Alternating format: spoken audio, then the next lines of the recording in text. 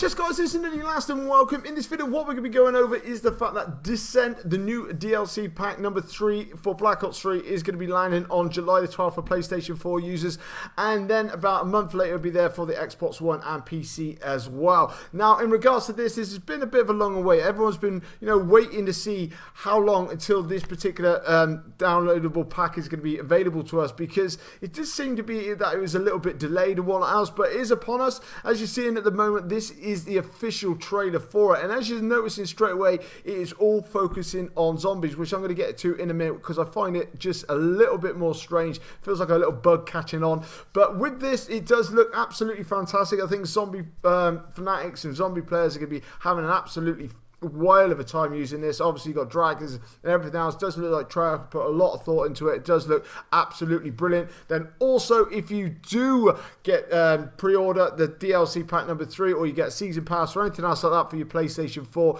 you will be able to get a free Gorid Krovi, whatever his name is, DLC Zombies map theme, which is this picture right now. You'll be able to get that for your PlayStation 4. Obviously, at the end of the day, if you don't bother, it doesn't really matter. I'm sure you can get a dragon fucking picture from anywhere, so I won't really go rowing too much just for solely for that. But in regards to the actually multiplayer maps, which this is the bug thing that I'm finding a little bit strange. That is in regards to the fact that the whole trailer that you actually watched does not feature one multiplayer map whatsoever. And obviously, as we know, at E3 we had Infinity Ward with Infinity Warfare, and they did not release any multiplayer gameplay or trailer or anything else like that. So it does feel like there's a little bit of a bug catching on, and I really don't understand it. I mean, why they don't want to showcase their new multiplayer maps when they want people to buy them is another strange one. It really is. Maybe they're going to be releasing something a little bit later. Obviously, the bigger YouTubers are going to be able to put out each particular map gameplay and everything else in a little while's time. But, to get people on board, you think that they would actually be showcasing them right now. Just a little snippet, just give us a little hint exactly what they're going to be looking like. But they decided not to do it once again. But the maps that are going to be coming about is, first of all, Empire. Now, this is the map that everyone's going to be trying to jump onto. This is the new Star Raid from Black Ops 2. They said this is the reimagination of classic medium-sized map, features authentic Roman villa that has been recreated by modern-day eccentric billionaire, where a classic map structure mixes with the new gameplay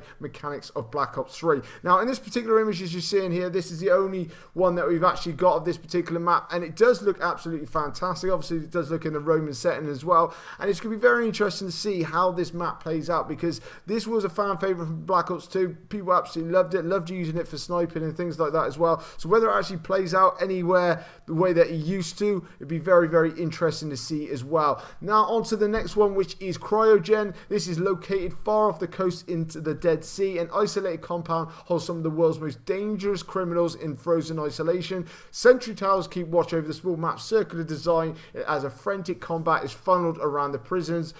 Cryogenic tubes where opportunities for wall running attacks are abound. Now this one does sound very, very interesting. I love the way that they hype it up by making out like this is the world's most dangerous criminals in frozen isolation, like they're ever going to escape or anything else is exciting like that's ever going to happen. So I don't really why they do it. Obviously it probably just makes it sound a little bit more interesting, but the biggest thing with that obviously is the sentry towers, whether you'll be able to get up there, maybe you'll be able to use snipers, assault rifles and stuff like that, pick people off from longer ranges. That's going to be quite interesting to see, but it does look like it's going to be playing onto the movement system quite a lot, especially with all the wall running attacks that was mentioned in that particular paragraph. Moving on to the next one, which is Berserk. Now this is ancient sentinels from a lost civilization guard the entrance to Berserk, a Viking village frozen in time. Players will fight through blizzards, control the center of the bridge as they navigate this medium-sized maps, wooden buildings, deadly rocky outcroppings and tight choke points. Can't talk today for love nor money,